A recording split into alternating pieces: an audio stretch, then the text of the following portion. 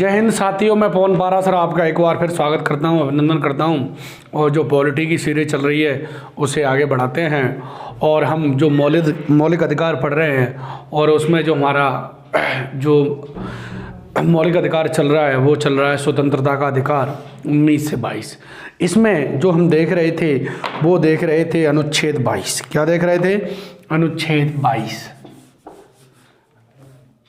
तो अनुच्छेद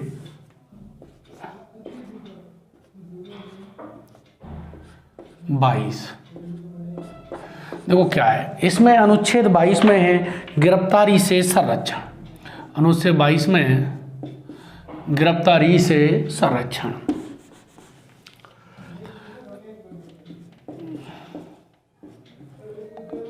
गिरफ्तारी से संरक्षण।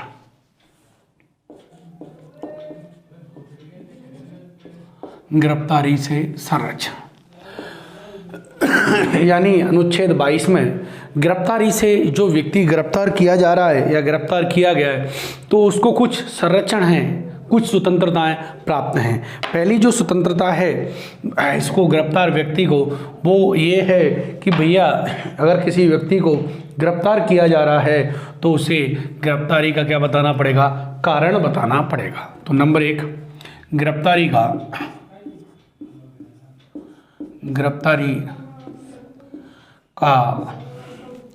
कारण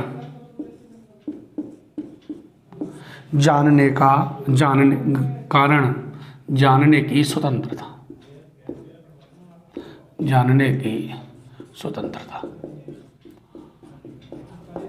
कि भैया मुझे किस आधार पर गिरफ्तार किया जा रहा है। तो पुलिस, देखो आपने देखा होगा कि पुलिस किसी को गिरफ्तार करने आती है तो उसके पास वारंट होता है, रीजन होता है कि इस आधार पर हम आपको गिरफ्तार कर रहे हैं। दूसरा है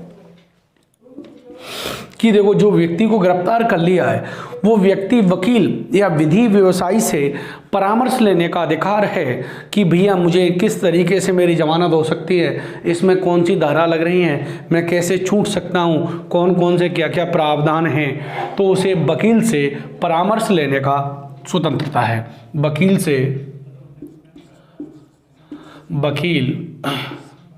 या विधि का जानकार या विधि के जानकार व्यक्ति से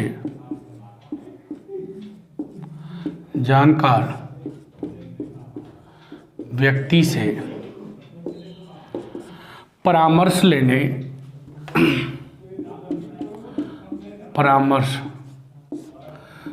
की स्वतंत्रता है।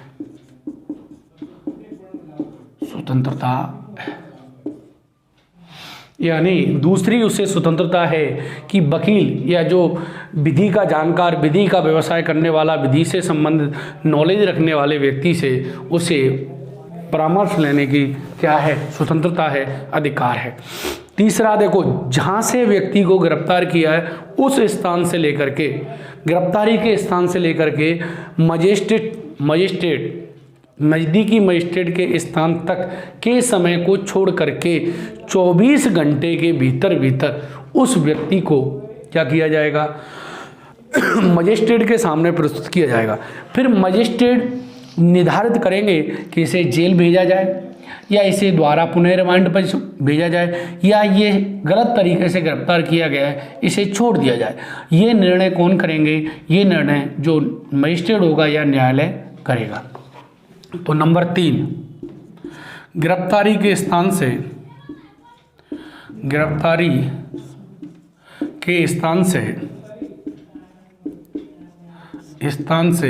नज़दीकी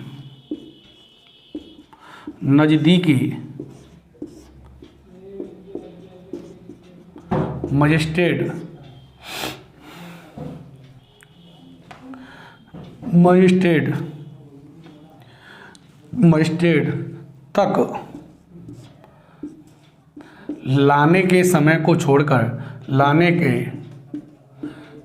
को छोड़कर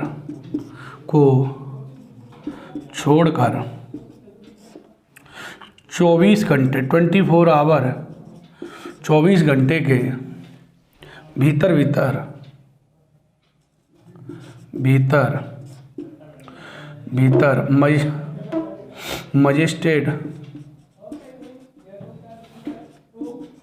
मजिस्ट्रेट या न्यायालय में प्रस्तुत करना होगा,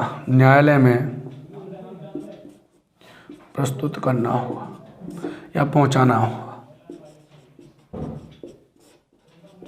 देखो साहब, अनुच्छेद 22 में गिरफ्तारी से संरक्षण है। किससे संरक्षण है?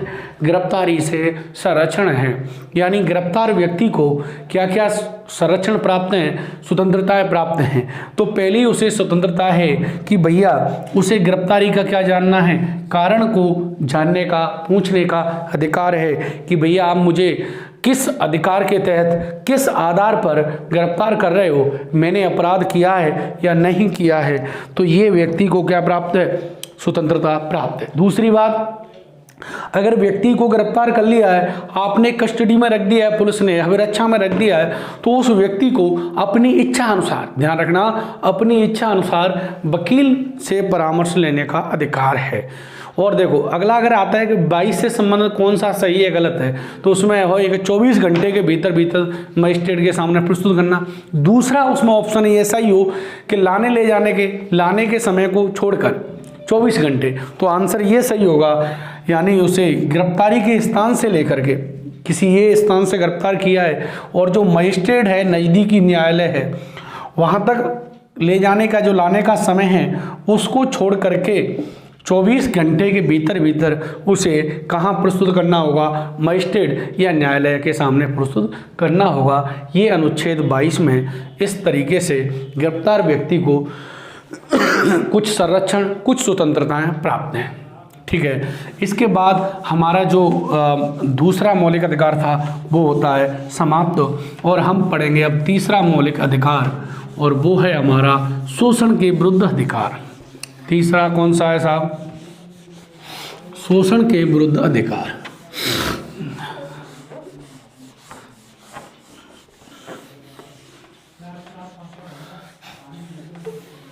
तो अगला हमारा 3 नंबर का जो मौलिक अधिकार है वो है शोषण के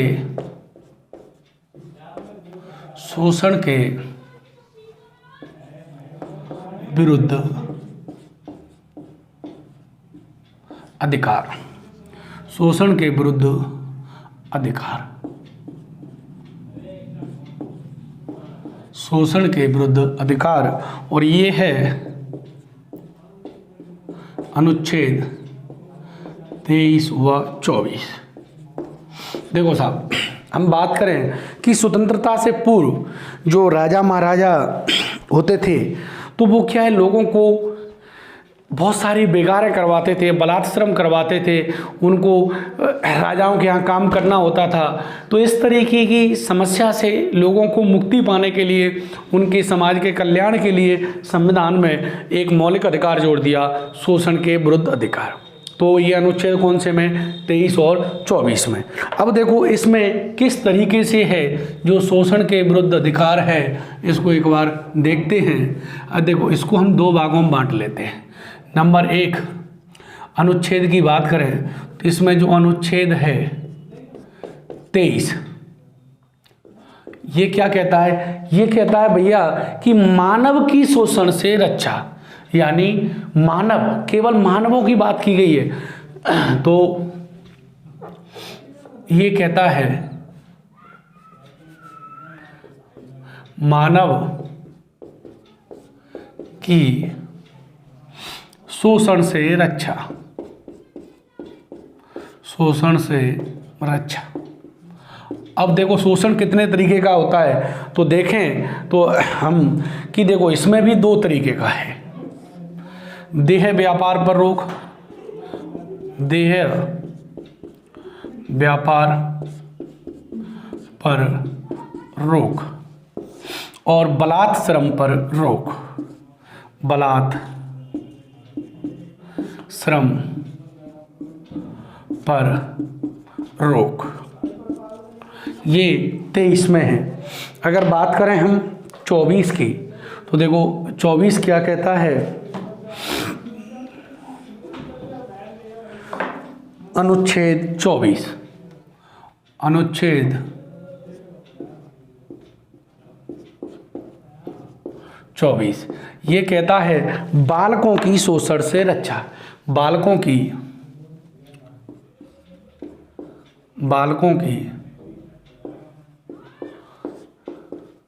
शोषण से रक्षा। और इसमें क्या कहता है, ये कहता है साहब कि 6 से 14 वर्ष तक के बालकों को या 14 वर्ष तक के बालकों को, ये कहता है 14 वर्ष तक के बालकों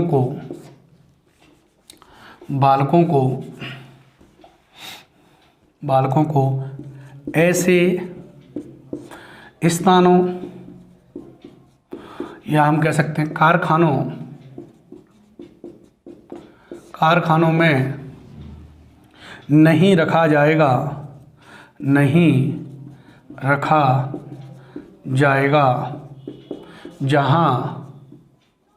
जहां उनका जीवन व स्वास्थ्य खतरे में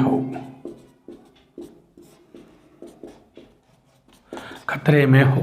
देह व्यापार का मतलब है कि भैया देखो पहले क्या था, जैसे आप इंडियन हिस्ट्री पढ़ोगे तो वहां पर देखोगे कि मानव का मेले लगते थे, गुलाम खरीदे और बेचे जाते थे, तो मानव का पशुओं की तरह क्रय विक्रय नहीं किया जाएगा। देह व्यापार का मतलब है मानव का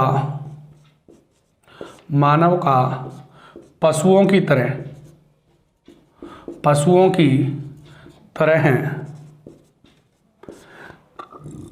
क्रय विक्रय नहीं किया जाएगा। आप देखते हो कि आज भी लड़कियां खरीदी और बेची जाती हैं, और पहले मानव और को खरीदा और बेचा जाता था, इनके मेले लगते थे, गुलाम खरीदे और बेचे जाते थे। और बलात् श्रम, यानी बलात् श्रम का मतलब है कि बिना वेतन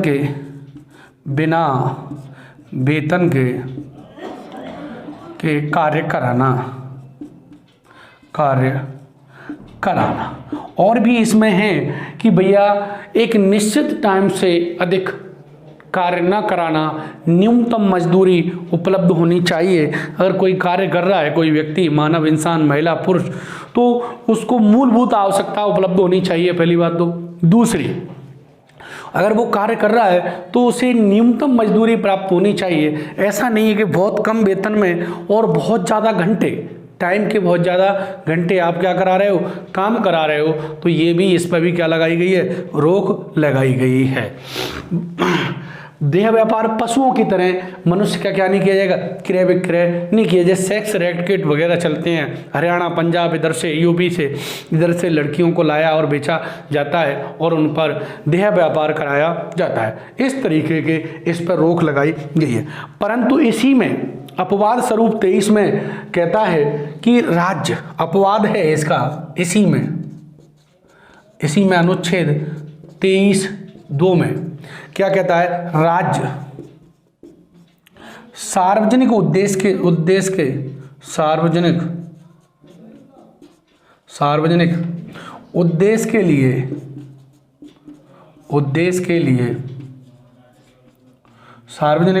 के लिए कार्य करवा सकता है।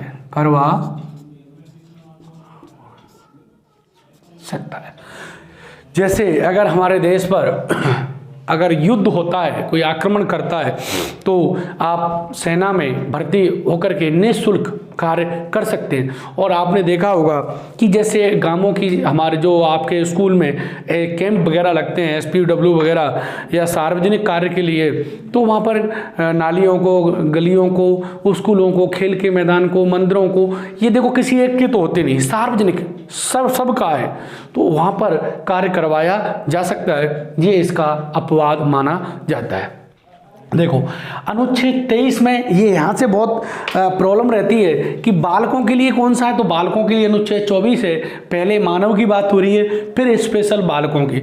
तो 23 में तो मानव की शोषण से रक्षा की बात की गई है और 24 में बालकों की शोषण से रक्षा की बात की गई है। ध्यान रखना, 23 में किसकी बात की गई है, मानवों की शोषण से रक्षा, 24 में बालकों की शोषण से रक्षा। तो हमारा जो 3 नंबर का मौलिक अधिकार है शोषण के विरुद्ध अधिकार, अनुच्छेद 23 और 24, हमने देखा 23 में मानव की शोषण से रक्षा, मानव की 2 तरह से शोषण से रक्षा की गई, देह व्यापार पर रोक और बलात् श्रम पर रोक। बलात् श्रम का मतलब है कि भैया बिना पेमेंट के, बिना वेतन के काम कराना। दूसरा, अधिक कार्य कराना, वेतन कम देना, न्यूनतम मजदूरी न देना। हमारे जैसे हमारा इतिहास में देखें, प्राचीन पहले के टाइम में देखें, प्राचीन काल में देखें तो राजा महाराजा अलग अलग नामों पर लगान वसूली करते रहते थे और जनता से फ्री में कार्य करवाते रहते थे, और इस पर रोक लगाने के लिए ये प्रावधान किया गया है। ठीक है, परंतु इसमें कहा गया है कि राज्य सार्वजनिक उद्देश्य के लिए, जो किसी व्यक्तिगत ना होकर के सभी के कल्याण के लिए, जो सभी के हित के लिए कार्य करवा सकता है। जैसे मैंने बताया कि स्कूल वगैरह होते हैं उनमें सफाई करवाना, जो कैंप वगैरह लगते हैं SBW वगैरह, इनमें गलियों की, नालियों की, खेल के मैदान की, स्कूल की, इनकी सफाई करना। अब देखो ये किसी का, ना तो किसी धर्म का, ना किसी विशेष व्यक्ति का, ये सभी का है, पूरी समाज का है, सार्वजनिक है, तो इसके लिए कार्य करवाया जा सकता है। शोषण से रक्षा बालकों की, देखो भैया सरकार ने, हमने अनुच्छेद 21 का पढ़ा, उसमें प्रावधान था कि राज्य 6 से 14 वर्ष तक के बालकों को क्या क्या उपलब्ध कराएगा, शिक्षा उपलब्ध कराएगा। जब राज्य शिक्षा उपलब्ध करा रहा है तो बालकों को ऐसे दुकानों, आपने देखा होगा कि बहुत सारे खतरनाक कारखाने होते हैं जहां पर छोटे छोटे बालकों को चाय की थड़ियों पर, पंचर की दुकानों पर, और देखा जाए जो जैसे मशीनें वगैरह होती हैं वहाँ पर बच्चों को कार्यों पर रखा जाता है। अब बच्चों को क्या है, एक तो बच्चे उस कार्य को आसानी से कर सकते हैं, दूसरी बात है कि वो थकते नहीं हैं और कम पेमेंट में। और तो भैया ऐसे तो बालकों का क्या होगा, शोषण होगा, क्योंकि गवर्नमेंट इनको निःशुल्क और शिक्षा दे रही है और सरकार का लक्ष्य है कंपलसरी, अनिवार्य। तो इसलिए यहाँ पर मानव की शोषण से रक्षा और यहाँ पर बालकों की रक्षा की गई है। अगर ऐसा कोई करता है, इनका पालन नहीं करता है, तो वो उसे क्या दिया जाएगा, दंड दिया जा सकता है। इस तरीके से अनुच्छेद 23 और 24 हुए, ये हुए मानव से शोषण के विरुद्ध अधिकार। तो हमारा तीसरा जो मौलिक अधिकार हुआ वो हुआ शोषण के विरुद्ध अधिकार।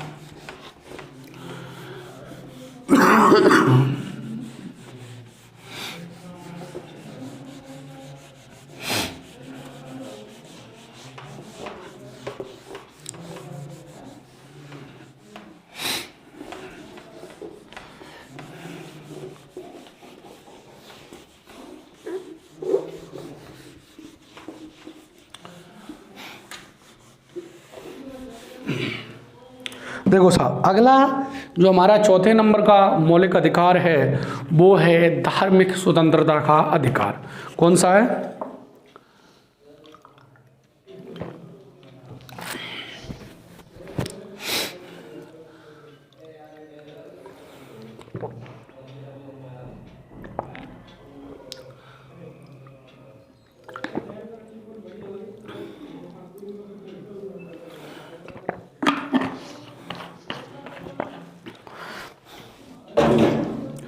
अगला लेते हैं नंबर 4 मौलिक अधिकार।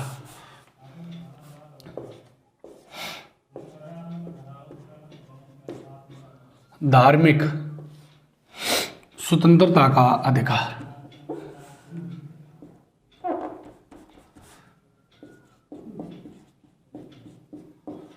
स्वतंत्रता का अधिकार।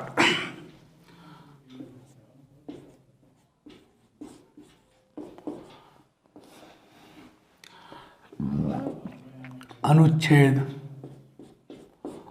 25 से 28 तक। देखो साहब, हमारा जो 4 नंबर का मौलिक अधिकार है उसका नाम है धार्मिक स्वतंत्रता का अधिकार। क्या नाम है? धार्मिक स्वतंत्रता का अधिकार। तो इसका नंबर कौन सा है? 4। ये 4 नंबर का है। इसमें राइट टू फ्रीडम रिलीजियस, जो धार्मिक स्वतंत्रता है उससे संबंधित कुछ अधिकार है, और ये अनुच्छेद 25 से 28 तक है। देखो, हमने जब प्रस्तावना पढ़ी, क्या पढ़ी? प्रस्तावना पढ़ी, तो हमने प्रस्तावना में देखा कि हमारे इस प्रस्तावना में 42वें संविधान संशोधन के द्वारा 3 शब्द जोड़े गए थे। उसमें था समाजवादी, समाजवादी, नंबर 2 पंथ निरपेक्ष, पंथ निरपेक्ष, और नंबर 3 अखंडता। हमने कहा कि इन 3 शब्दों को 42वें संविधान संशोधन 1976 में संविधान में शामिल किया गया था।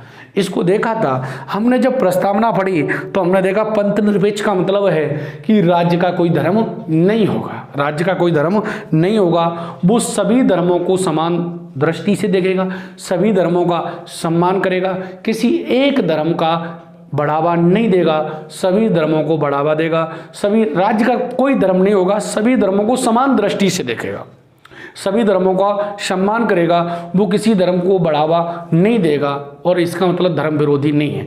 तो ये देखा था हमने। ये भी कहा था कि पंथ निरपेक्ष शब्द हमारे 42वें संविधान संशोधन के द्वारा 1976 में जोड़ा था, परंतु इसका मतलब पहले हमारा भारत पंथ निरपेक्ष नहीं था, ऐसा नहीं था, क्योंकि हमारे संविधान में जो 4 नंबर का मौलिक अधिकार है वो है धार्मिक स्वतंत्रता का अधिकार। यानी पहले से ही हमारा भारत पंथ निरपेक्ष या धर्मनिरपेक्ष था, परंतु 42वें संविधान संशोधन के द्वारा इस शब्द को हमने अपनी प्रस्तावना में शामिल कर दिया। इसका मतलब हुआ कि यह अधिकार पंथ निरपेक्षता की छवि को से संबंधित है या स्पष्ट करता है। तो हम कह सकते हैं यह अधिकार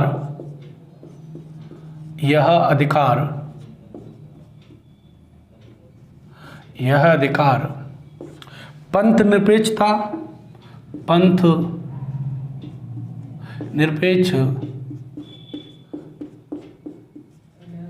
छवि को, पंथ निरपेक्ष छवि या पंथ निरपेक्ष अवधारणा को, अवधारणा भी कह सकते हैं, अवधारणा को स्पष्ट करता है, स्पष्ट करता है। अगर आप मेंस वगैरह लिखते हो या प्री वगैरह कोई वनडे एग्जाम है, वहाँ पूछ सकता है कौन सा अधिकार, कौन सा मौलिक अधिकार प्रस्तावना में पंथ निरपेक्ष शब्द को स्पष्ट करता है या व्याख्यात करता है, तो वो कौन सा अधिकार है? ये है। तो स्पष्ट करता है।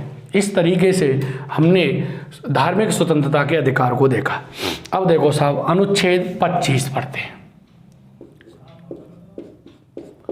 अनुच्छेद 25, इसमें धार्मिक अंतःकरण की स्वतंत्रता है। धार्मिक अंतःकरण की स्वतंत्रता, धार्मिक अंतःकरण की स्वतंत्रता है अनुच्छेद 25 में। अनुच्छेद 25 में है धार्मिक अंतःकरण की स्वतंत्रता। इसके तहत किसी भी धर्म को मानने, किसी भी धर्म को मानने उसका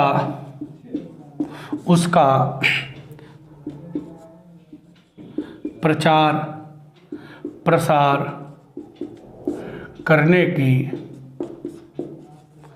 की स्वतंत्रता प्राप्त है,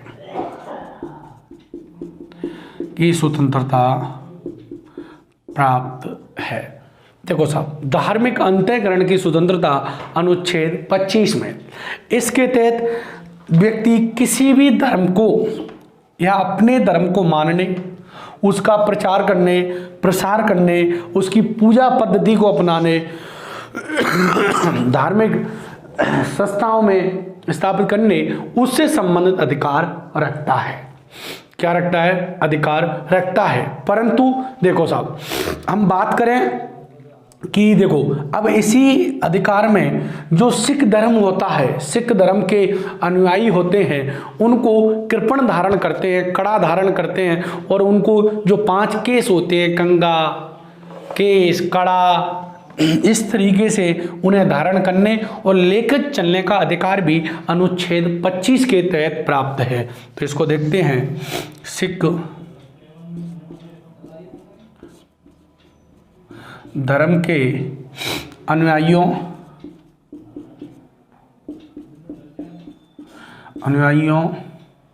को इसी अनुच्छेद के तहत, इसी अनुच्छेद के तहत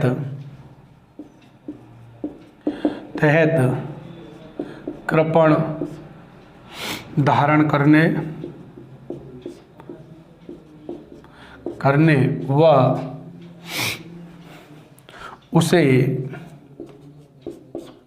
साथ लेकर चलने का अधिकार प्राप्त है, अधिकार प्राप्त है। क्या है साहब? अधिकार प्राप्त है। देखो, अनुच्छेद 25 में धार्मिक अंतःकरण की स्वतंत्रता प्राप्त है। किसी भी व्यक्ति को अपने धर्म को मानने, उसका प्रचार प्रसार करने और उसकी पूजा पद्धति अपनाने या धर्म चेंज करने का अधिकार भी इसी में प्राप्त है। परंतु धर्म अगर चेंज कर रहा है तो उसे किसी व्यक्ति को लालच देकर, प्रलोभन देकर, डराकर, धमका करके धर्म चेंज नहीं करा सकते। वो अपनी इच्छा से धर्म को चेंज कर सकता है। अगर आपने देखा होगा कि जो सिख होते हैं, वो जो अपने साथ में कड़ा वगैरह, जैसे हमने अभी अनुच्छेद पढ़ा था 19, तो उसमें हमने पढ़ा था कि बिना हथियार के जो सम्मेलन कर रहे हो आप, तो बिना हथियार के करेंगे। परंतु हम देखते हैं कि जो सिख धर्म के अनुयायी जब अपने गुरुद्वारे में इकट्ठे होते हैं और जो पूजा पद्धति अपनाते हैं, तो ऐसे लगता है कि इनके पास जो तलवार वगैरह, कड़ा वगैरह होता है, कि इनके पास हथियार है। परंतु वो हथियार नहीं है, इनके धर्म का एक हिस्सा है, धर्म का एक अंग है। क्या है साहब? धर्म का अंग है। और इस तरीके से इनको लेकर के चलने का इसी अनुच्छेद के तहत इन्हें अधिकार प्राप्त है। हमने देखा था कि जो जैन धर्म है, जैन धर्म में एक संथारा प्रथा पाई जाती है। क्या पाई जाती है? संथारा प्रथा। उस प्रथा के तहत जैसे अनुच्छेद 21 में हम देखते हैं कि संथारा प्रथा पाई जाती है। और उस संथारा प्रथा में क्या होता है कि जो उनके साधु होते हैं, जैनी होते हैं, जब वो बुजुर्ग हो जाते हैं, अपने जीवन को त्यागना चाहते हैं, तो वो क्या करते हैं कि भोजन, जल सबको त्याग देते हैं और इस तरह से वो मृत्यु को प्राप्त हो जाते हैं। तो कुछ लोग कहते हैं कि वो एक तरह से क्या करते हैं? हत्या करते हैं। क्या करते हैं? हत्या करते हैं, अपने आप को सुसाइड करते हैं। तो लोगों ने राजस्थान हाईकोर्ट में याचिका लगाई और राजस्थान हाईकोर्ट ने कहा कि भैया आपको अनुच्छेद, ये धर्म का अंग नहीं है और अनुच्छेद 21 के तहत आपको जीवन जीने का अधिकार है और जीवन जीने के अधिकार में मरने का अधिकार नहीं है। तो यानी जो वो संथारा प्रथा है उसे अवैध घोषित कर दिया कि ये धर्म का अंग नहीं है। और धर्म का अंग नहीं है तो ये क्या है? अवैध है। अवैध है यानी ये धर्म का अंग नहीं है। और राजस्थान ने, हाई कोर्ट ने उसे क्या कर दिया? अवैध। और वो उसे लेकर के गए सुप्रीम कोर्ट। कहाँ गए? Supreme court. सुप्रीम कोर्ट ने कहा कि जो जैनों की जैन धर्म की संतारा प्रथा है वो अनुच्छेद 25 के तहत वो धर्म का एक हिस्सा है और वो क्या है, उसे अवैध घोषित नहीं कर सकते। तो इसको देखते हैं।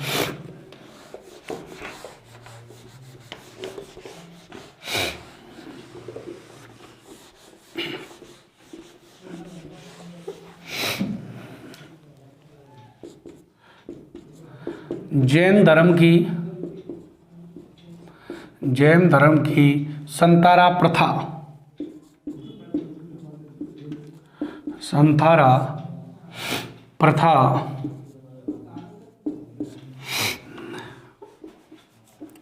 अनुच्छेद 25 के तहत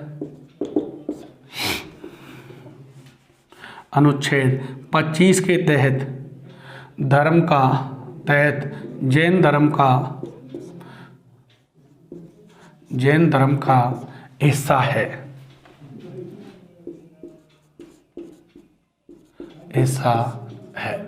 तो संतारा प्रथा भी जैन धर्म का क्या है, एक हिस्सा है। क्या है साहब, हिस्सा है, यानी ये उसकी संतारा प्रथा है। इस तरीके से इसको देखा। अब देखते हैं अनुच्छेद 25 के बाद अनुच्छेद 26।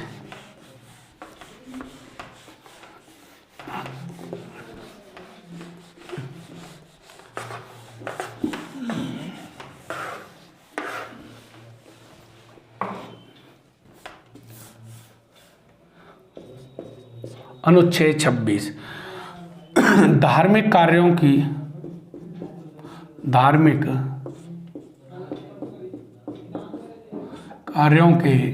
प्रबंधन का अधिकार, मैनेजमेंट, प्रबंधन का अधिकार।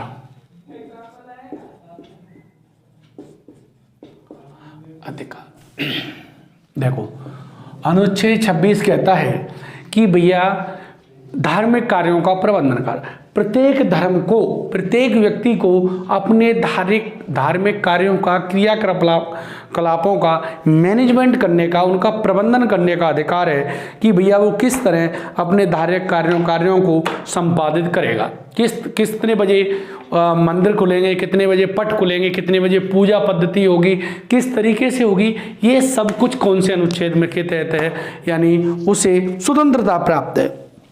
राज्य बाध्य नहीं करेगा कि आपको इतने बजे मंदिर खोलना है, इतने बजे पूजा करनी है, इस तरीके से पूजा करनी है। वो जैसा भी चाहता है अपने धार्मिक क्रियाकलापों को, कार्यों को, व्यक्ति को स्वतंत्रता है, वो उनका क्या कर सकता है, प्रबंधन कर सकता है।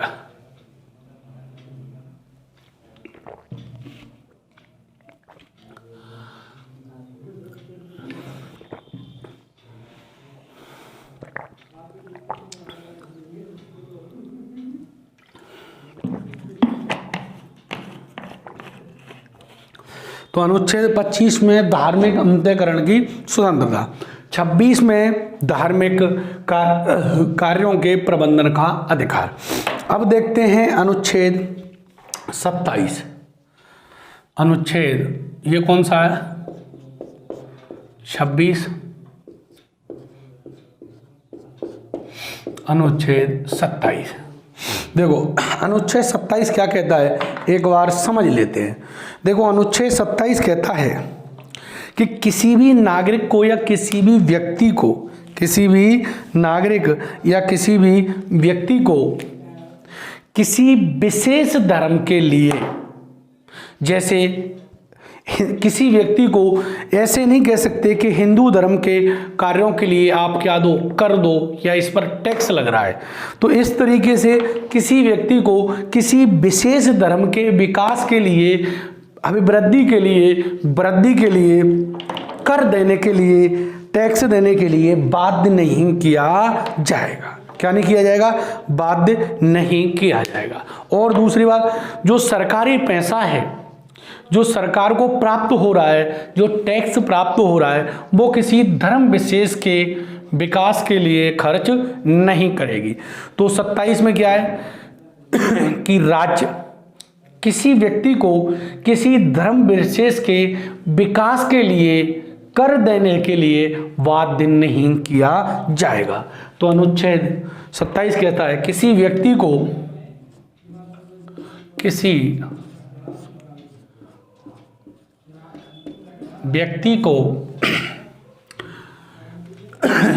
किसी विशेष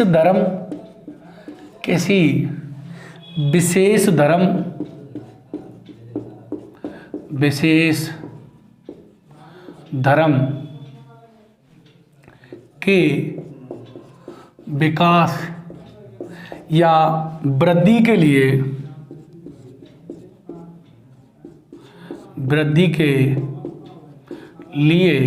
कर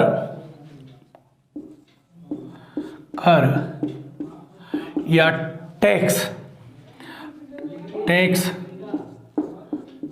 देने के लिए बाध्य नहीं किया जाएगा। बाध्य नहीं किया जाएगा। यानी किसी व्यक्ति को किसी विशेष धर्म की पैसा देने के लिए, टैक्स देने के लिए क्या नहीं किया जाएगा, बाध्य नहीं किया। इच्छा से व्यक्ति कितना भी दे सकता है, परंतु उसे फोर्स नहीं किया जाएगा। क्या नहीं किया जाएगा? फोर्स नहीं किया जाएगा कि भैया 10% आप पर हिंदू धार्मिक टैक्स लगता है, या मुस्लिम धार्मिक टैक्स लगता है, या सिख धार्मिक टैक्स लगता है। जिन कोई भी इस तरीके का सरकार क्या नहीं लगा सकती, टैक्स नहीं लगा सकती। परंतु देखो, हम बात करें कि सरकार शुल्क लगा सकती है। क्या लगा सकती है? शुल्क लगाया जा सकता है, लगाया जा सकता है, जा सकता है, शुल्क लगाया जा सकता है। अब देखो सर, शुल्क क्या होता है? देखो, टैक्स क्या होता है, पहले तो ये समझते हैं। टैक्स होता है कि इसके बदले कुछ मिलता नहीं है। क्या नहीं होता? टैक्स के बदले तो कुछ मिलता नहीं। जैसे हम इनकम टैक्स दे रहे हैं तो इसके बदले सर व्यक्ति को कुछ नहीं मिल रहा। परंतु शुल्क का मतलब, जैसे आप मंदिर गए तो वहाँ पर एंट्री 5-10 रुपये, या जैसे स्टैंड होता है तो आपकी सुरक्षा के लिए या उसके बदले आपको कुछ मिलता है, तो वहाँ पर क्या लगा देते हैं? चार्ज लगा सकते हैं, शुल्क लगाया जा सकता है। टैक्स के बदले कुछ मिलता नहीं है और शुल्क के बदले आपको कुछ न कुछ मिलता है। जैसे अगर आप वहाँ गए तो स्टैंड पर आपकी जो बाइक है उसकी क्या की जा रही है? सुरक्षा की जा रही है, तो उसके बदले क्या की जा रही है? सुरक्षा की जा रही है। इस तरीके से आपको क्या लगाया जा सकता है? शुल्क तो लगाया जा सकता है। और शुल्क और टैक्स में ये कि भैया टैक्स के बदले कुछ मिलता नहीं और शुल्क के बदले हमें कुछ न कुछ उससे प्राप्त होता है। जैसे सरचार्ज वगैरह वहाँ पर लगा सकते हैं। तो इस तरीके से यहाँ पर 27 ये कहता है कि किसी धर्म विशेष के कार्यों के विकास के लिए, अभिवृद्धि के लिए, धर्म विशेष के कार्यों के विकास या अभिवृद्धि के लिए आप पर, किसी व्यक्ति पर राज्य, सरकार या कोई व्यक्ति टैक्स नहीं लगा सकता। आप अपनी इच्छा से कुछ भी दो, अपनी इच्छा से कुछ भी दो, राज्य आपको फोर्स नहीं करेगा। ये अनुच्छेद देखा हमने 27। कौन सा देखा? 27। और आगे की चर्चा करेंगे कल, और जो अनुच्छेद बचता है हमारा 28 उसको पढ़ेंगे और आगे चर्चा करेंगे। तो आज हमने जो देखा वो अनुच्छेद देखा हमने 23, 24, 25 देखा, 26 देखा और 27। 26 में हमने देखा कि धार्मिक कार्यों के प्रबंधन की स्वतंत्रता, प्रत्येक व्यक्ति को अपने धार्मिक कार्यों के प्रबंधन की क्या है? स्वतंत्रता प्राप्त है। और 27 में देखा कि किसी व्यक्ति को किसी विशेष धर्म के लिए, किसी व्यक्ति को किसी विशेष धर्म के लिए टैक्स देने के लिए, कर देने के लिए बाध्य नहीं किया जाएगा। थैंक यू, धन्यवाद।